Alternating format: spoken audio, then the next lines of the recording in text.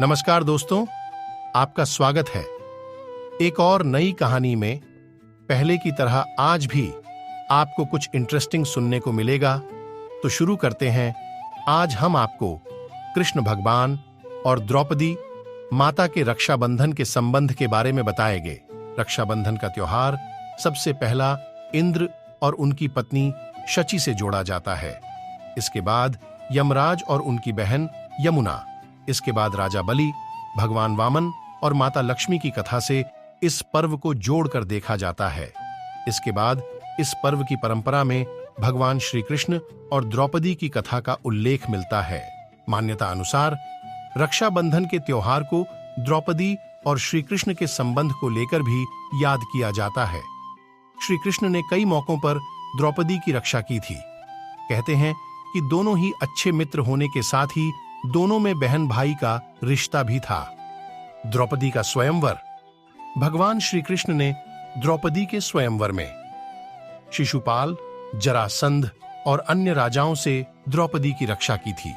वह अपना सुदर्शन चक्र निकालकर सभी को भयभीत कर देते हैं। सुदर्शन चक्र को देखकर शिशुपाल और दुर्योधन सहित सभी भयभीत होकर वहां से चले जाते हैं। इस पर श्री कृष्ण का सुदर्शन चक्र और बलराम का हल गायब हो जाता है और तब श्री कृष्ण अर्जुन की ओर देखकर मुस्कुराते हैं और उसके पास आकर कहते हैं, वीर धनुर्धर, तुम निर्भय होकर द्रौपदी को लेकर यहां से जाओ। ये आज से तुम्हारी हुई। हम देखते हैं कौन तुम्हारा पीछा करता है। यह सुनकर द्रौपदी हाथ जोड़कर श्री कृष्ण से कहती हैं, आज आपने हमारे प्राणों की रक्षा की है, इसके लिए मैं आपको प्रणाम करती हूं और जीवन भर आपकी आभारी रहूंगी केशव। यह कहकर द्रौपदी श्री कृष्ण के चरण छू लेती हैं। तब श्री कृष्ण उसे उठाकर कहते हैं, और हम जीव न भर तुम्हारी रक्षा करते रहेंगे देवी द्रौपदी। यह सुनकर द्रौपदी कहती हैं, वचन दे रहे हो द्वारिकापति, इसे निभाओगे भी? तब श्री कृष्ण कहते हैं, अवश्य निभाऊंगा पांचाली। आज से मैं तुम्हें अपनी छोटी बहन मानता हूं और वचन देता हूं कि किसी भी सहायता के लिए जब भी मुझे याद करोगी तो हमें उसी क्षण अपने पास पाओगी। यह सुनकर द्रौपदी पुनः प्रणाम करती है। तो श्री कृष्ण कहते हैं, सौभाग्यवती भव।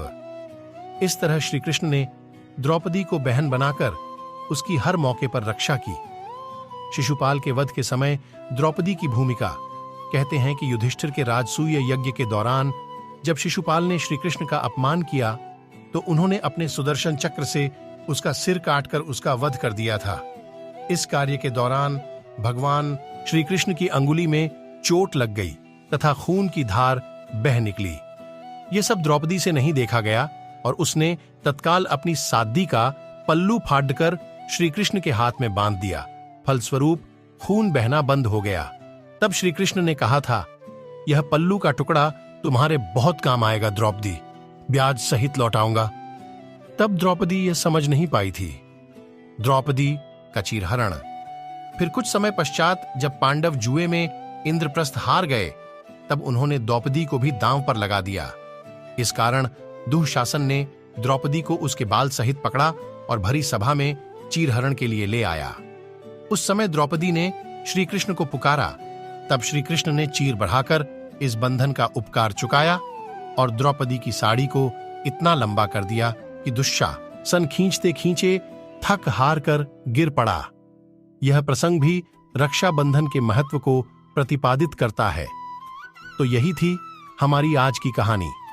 उम्मीद है आपको श्री कृष्ण और द्रौपदी की रक्षाबंधन की कहानी समझ आ गई होंगी। धन्यवाद।